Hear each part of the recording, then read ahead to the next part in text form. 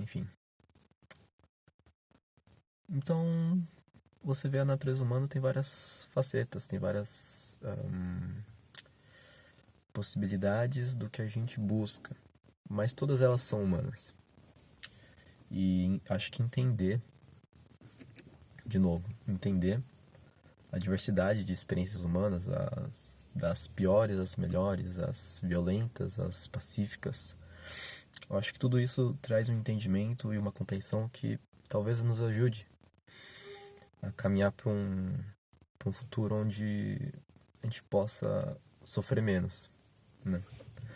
Porque eu diria que quem, através da violência, quer buscar segurança e está no topo, de certa forma também está procurando segurança, também está procurando não sofrer.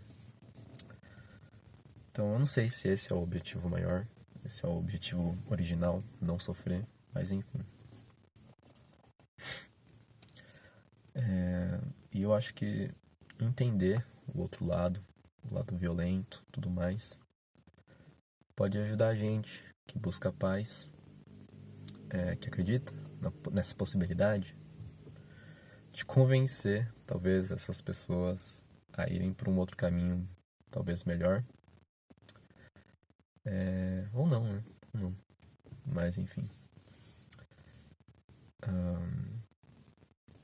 Enfim. E... toda forma que eu entendo, essas trocas comerciais são natural da sociedade humana. De uma sociedade, né? Civilização e blá. Blá, blá, blá. Eu acho que eu tô ficando cansado de falar, na real. Minha água acabou. Porra. Então, tá, finalizar, entre aspas, que eu sei que eu vou demorar ainda. Mas tudo bem, eu vou tentar. Senão fica pra depois. Minha voz tá indo pro brejo. Eu não costumo falar muito. Tá. Voltando pra parte que eu parei. Tá, então você tem esse modelo em que tem o ciclo de violência e os motins e tudo mais, as rebeliões, revoltas, revoluções sangrentas. Que a palavra revolução, ela é, muitas vezes eu acho que ela é vista de forma romantizada por alguns, né? Alguns não estão nem aí, só quer viver a vida. Mas uma minoria romantizaria essa palavra revolução, mas o ponto é que revolução muitas vezes geralmente vai pro lado sangrento. E a revolução pode ser feita de outra forma, né? Educação, blá blá blá, depois eu falo. Mas enfim. Inclusive é o que eu tô tentando fazer aqui. Claro que provavelmente eu tô fazendo tudo errado, mas uma hora talvez eu acerte. A probabilidade de a gente estar certa é bem baixa. Tipo, se existe uma resposta certa para 99 respostas erradas, tipo, as chances de você encontrar a resposta certa é muito pequena. Muito pequena. E 99 é pouco. Tipo, precisam inúmeras respostas, a maioria delas estão erradas e algumas talvez não estejam erradas, algumas sejam melhores que outras, mas a resposta certa mesmo talvez seja bem difícil da gente encontrar. Mas pelo menos a gente pode encontrar as respostas erradas e a partir daí a gente sabe o que a gente não pode fazer. Tipo assim, eu tenho duas opções, mas essas duas opções são erradas, e agora? Bom, não faz. Não, mas tem que escolher uma. Dá seu jeito, não faz. A gente tem muita dificuldade de encontrar a resposta certa porque provavelmente a gente vai responder tudo errado, a gente é idiota. Mas a gente tem a capacidade de entender o que é errado. Então, a partir daí eu acho que a gente já pode não escolher as escolhas erradas e continuar procurando até encontrar uma resposta aceitável e refinar ela até a gente melhorar as respostas e encontrar uma melhor. Talvez, provavelmente não certa, mas melhor.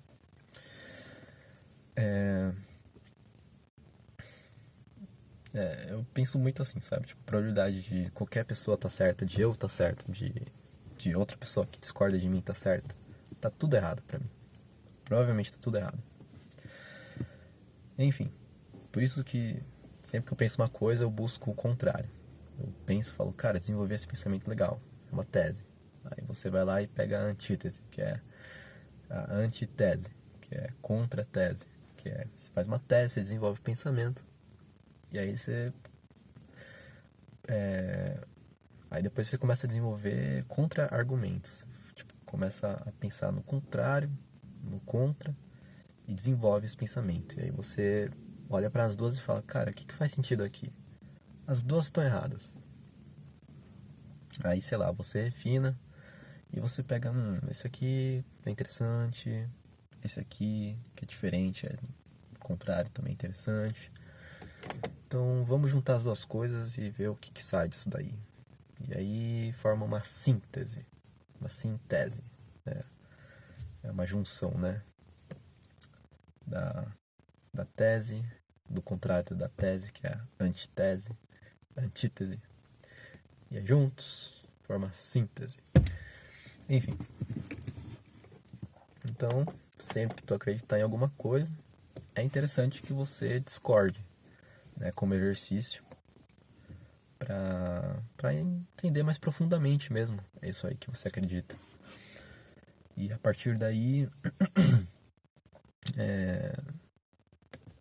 juntar as coisas, tudo que você aprendeu, para formar uma opinião mais completa.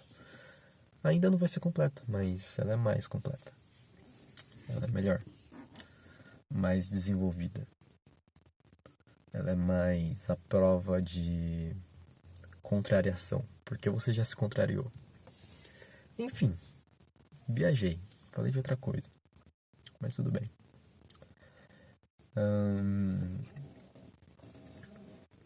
Então, tá, eu parei no exemplo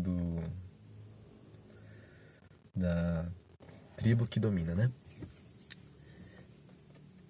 Então, dá pra quebrar esse ciclo, né? Depois eu posso aprofundar mais nisso.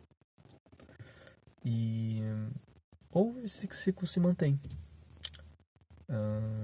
que é bem provável. É mais provável que se mantenha do que algo diferente. Para as pessoas mudarem a forma como elas pensam, sabe, uma coisa muito diferente tem que acontecer, alguém muito diferente tem que vir para mostrar para as pessoas e convencer elas de que pode funcionar de um jeito diferente. Enfim, agora vamos. Tá.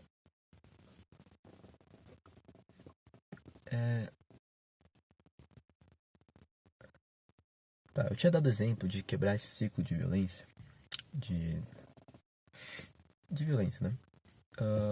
Simplesmente deixando a camada baixa contente, né? A camada hierárquica baixa dessa sociedade, dessa tribo, contente. E aí, contente, felizes, tudo mais, não vão se rebelar.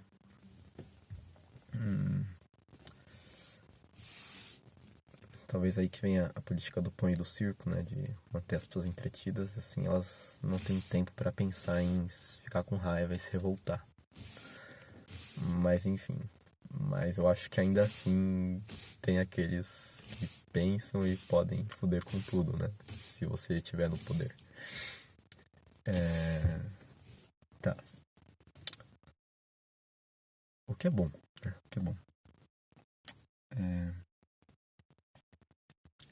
Mas assim, o importante, eu acho que as pessoas, elas não faltarem nada para as pessoas, sabe? Tipo, se a pessoa tem muito mais que você, eu não tô, tipo, não tô nem aí, desde que não falte nada que seja necessário para você, sabe?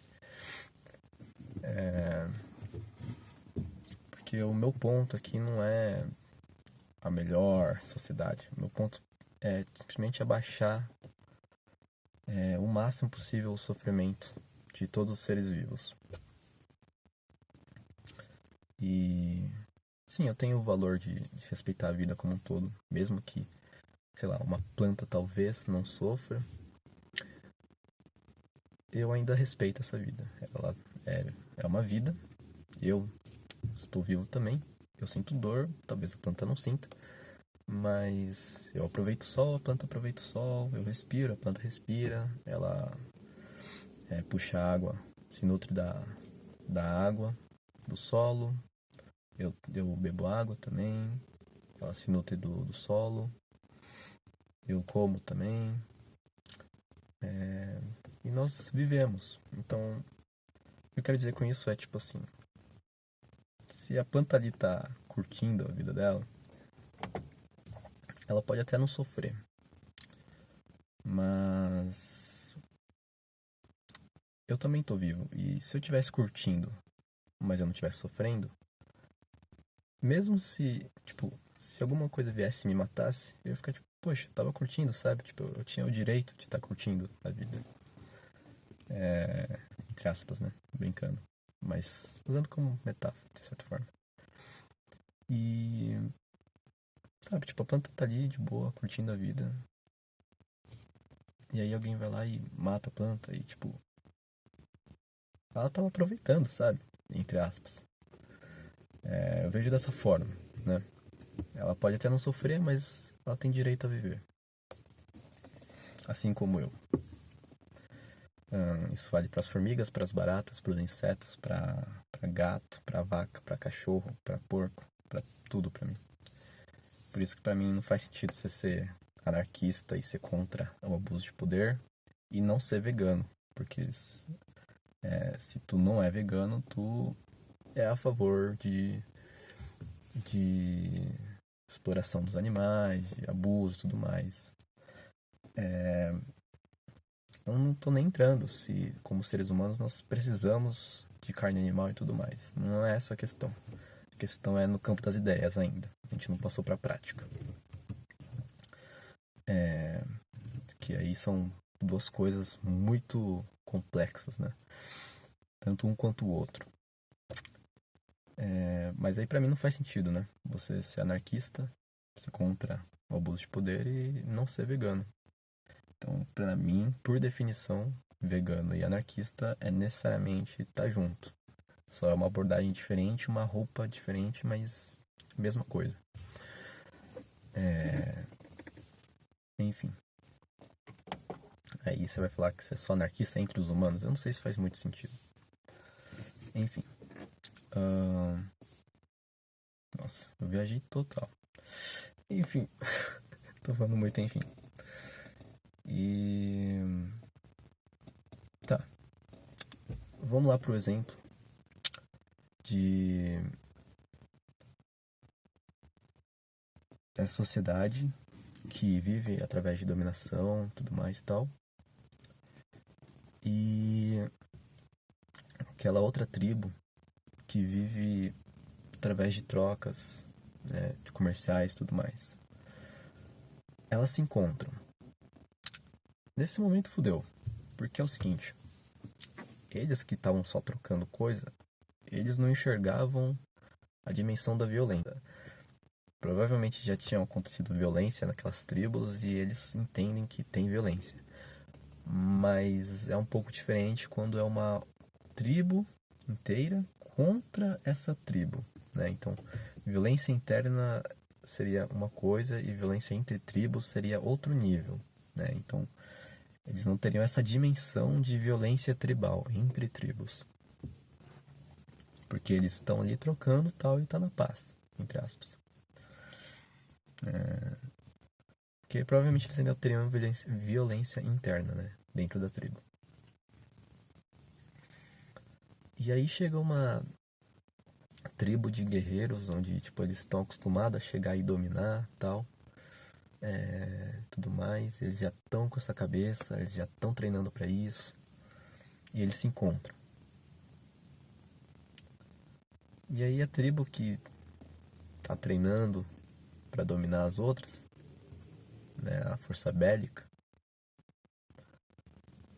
ela olha e fala: tá, vocês têm um pouco mais de gente que a gente. Só que a gente tem, sei lá, espada, escudo ou sei lá o que. A gente sabe brigar. E vocês só sabem fazer negócio. Então, o que que impede a gente de dominar vocês, sabe? Tipo assim, não vai rolar esse diálogo. Simplesmente eles vão chegar e vão dominar. E a tribo que só passou a vida toda nessa cultura da troca, do comércio, nunca aprendeu a brigar com outra tribo, a se proteger, a se defender. E aí fudeu, porque essa cultura de paz simplesmente foi arregaçada pela cultura de violência, porque essa cultura de paz não soube se proteger e não entendia tudo isso. Enfim, e tudo isso vai acontecendo. E aí você tem cruzamentos de tribos com tribos e tribos com tribos e tudo mais e tudo mais. E biologicamente funciona, porque é uma tribo que domina a outra, e aí, tipo, vai ter escravas sexuais e tudo mais de reprodução. Essa reprodução vai trazer mais força genética, né? No sentido de, tipo, diversidade genética faz bem, enquanto que você pegar uma família pequena e ficar cruzando os familiares vai dar doença genética, né? Nesse sentido que eu falo de força genética. Então, biologicamente, tanto de um lado, a estratégia das trocas comerciais funciona, né? Da interação entre tribos, da aliança, da junção, da fusão entre as tribos, das trocas genéticas. Isso é bom biologicamente. E também a violência, a dominação e tudo mais acaba sendo bom geneticamente também. Tipo sim, eu tô falando geneticamente que tem grandes chances de, por exemplo, é um pouco pesado falar, mas acho que eu vou falar. Tem grandes chances de estupros em massa e tudo mais, de tribos que dominaram outras tribos e tudo mais. Miscigenar os genes e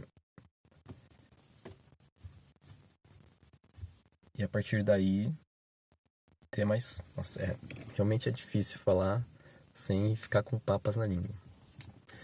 Mas, enfim. Que aí você tem que trocar toda essa marcha da fala para uma fala muito séria. Enfim. E. Então, geneticamente, acaba sendo bom no sentido de que você tem mais troca genética, mesmo que seja por causa de violência, estupro e tudo mais.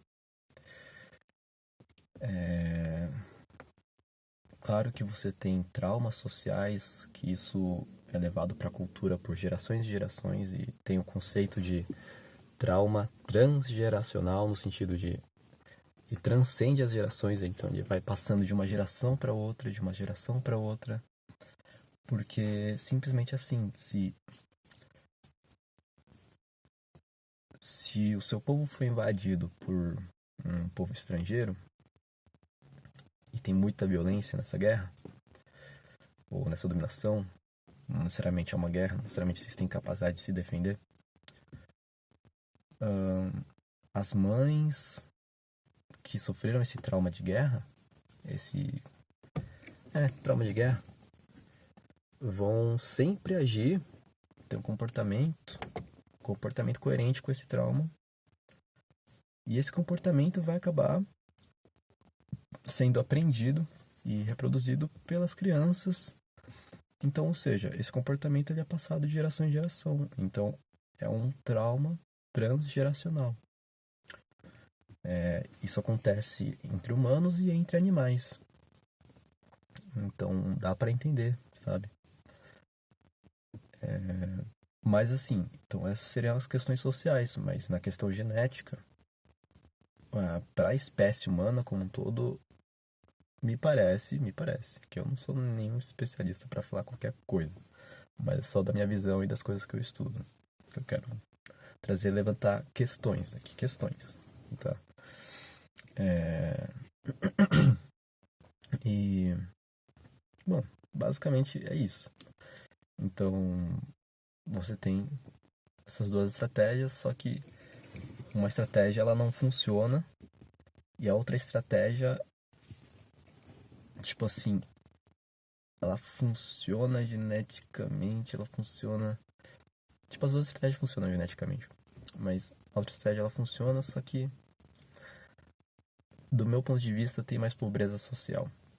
No sentido de que tem violência, né? E ela é incentivada. E no outro, ela é menos incentivada. Então ela é mais interessante.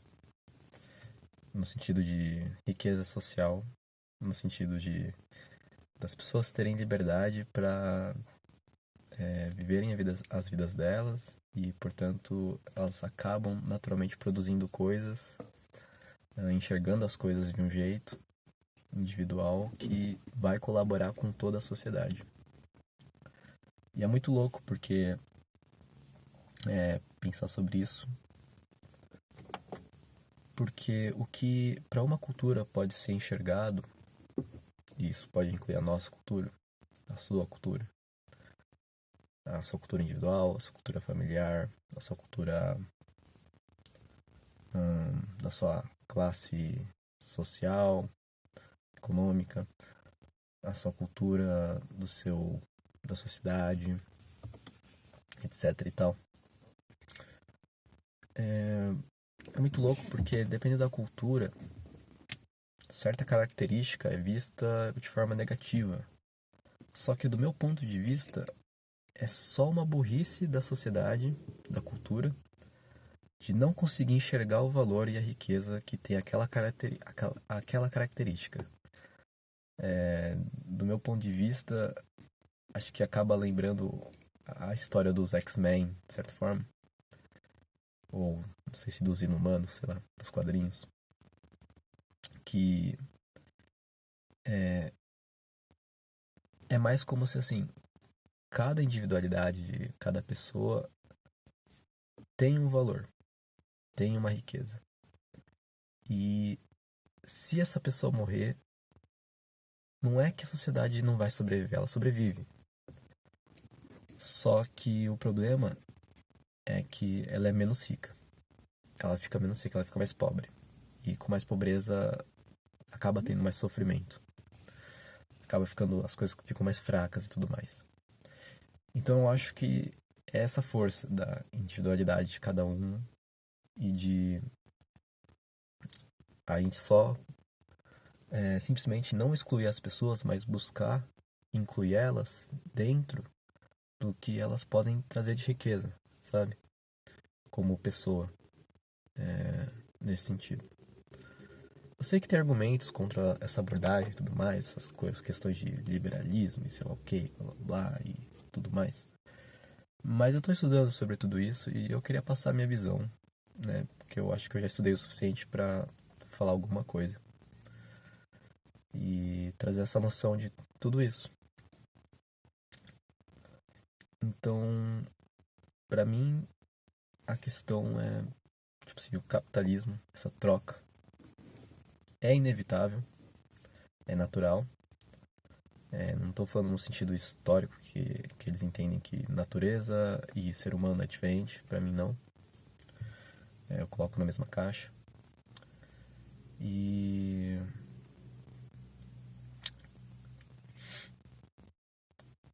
Bom, se o capitalismo é inevitável, a questão é se ele é simplesmente natural e lutar contra ele, pra mim, parece como se fosse lutar contra as leis da física de Newton.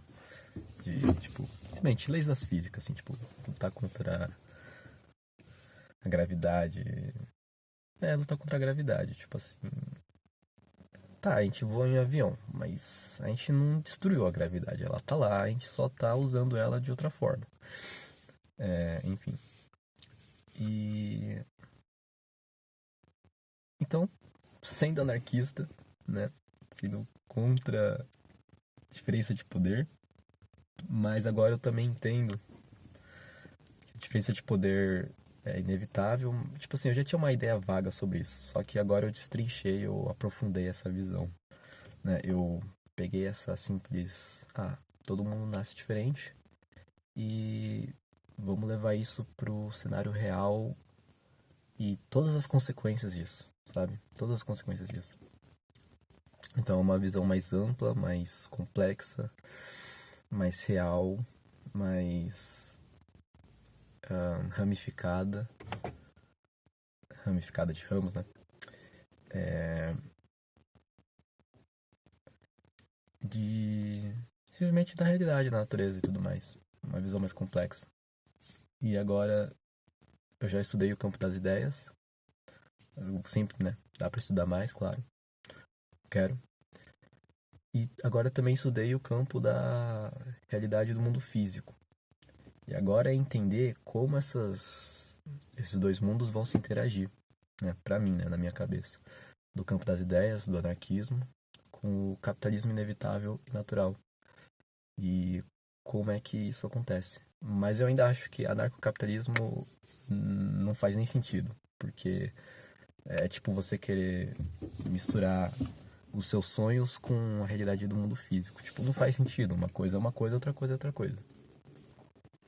Eles interagem, mas interagir não é a mesma coisa que ser a mesma coisa.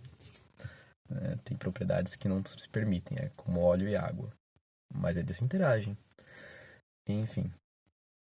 E é isso. Acho que deu. Acho que deu.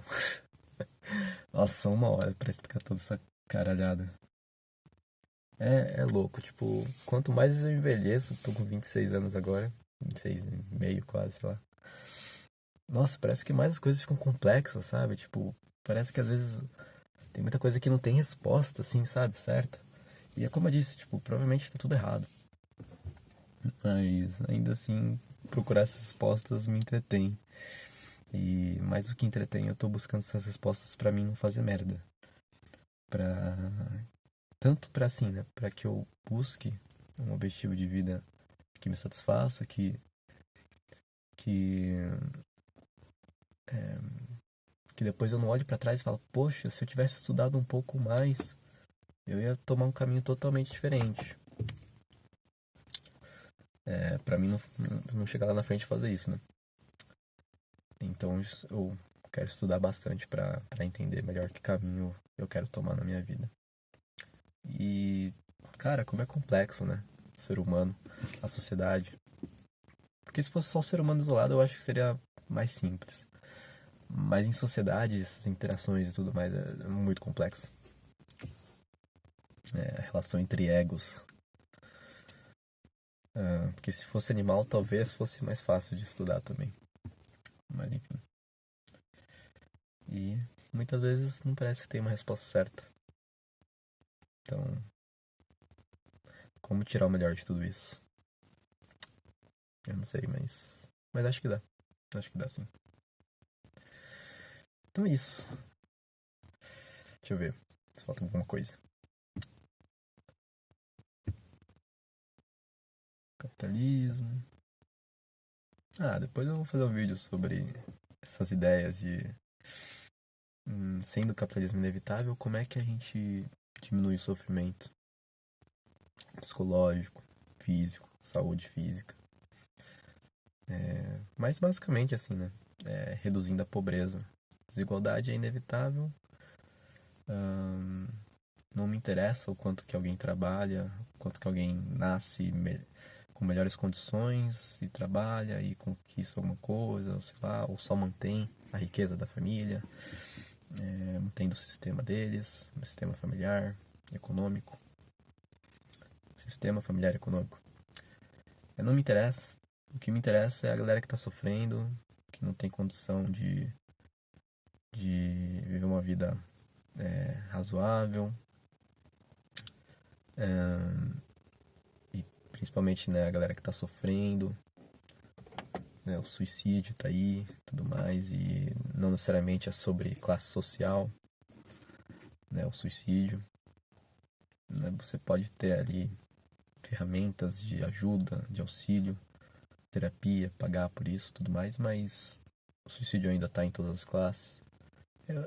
Sinceramente, eu não tenho muita ideia de como é que é as estatísticas, mas ao mesmo tempo eu sei que muita gente vai querer esconder tudo isso, né? Muitas famílias, então não dá para confiar muito nas estatísticas. O que eu sei é que acontece, e o que eu sei também é que não importa o quanto dinheiro uma família tenha, pode ser os abusos não tão, talvez tão ligados assim ao dinheiro, mas sim à cultura familiar. E isso é um problema. Mas isso fica para outro vídeo. Mas enfim, acaba entrando um pouco, né, no que eu falei sobre as culturas das tribos e tudo mais. Mas é isso, é assim que eu vejo as coisas. E por favor, discorde de mim e critique. E me dê sua antítese. Discorde, me convença do contrário. E é isso, é isso. Se você assistiu, obrigado pela sua atenção. Que alívio. Tô com calor, tá tudo fechado aqui, meu oxigênio tá acabando. Mas eu já vou sair aqui já. Então,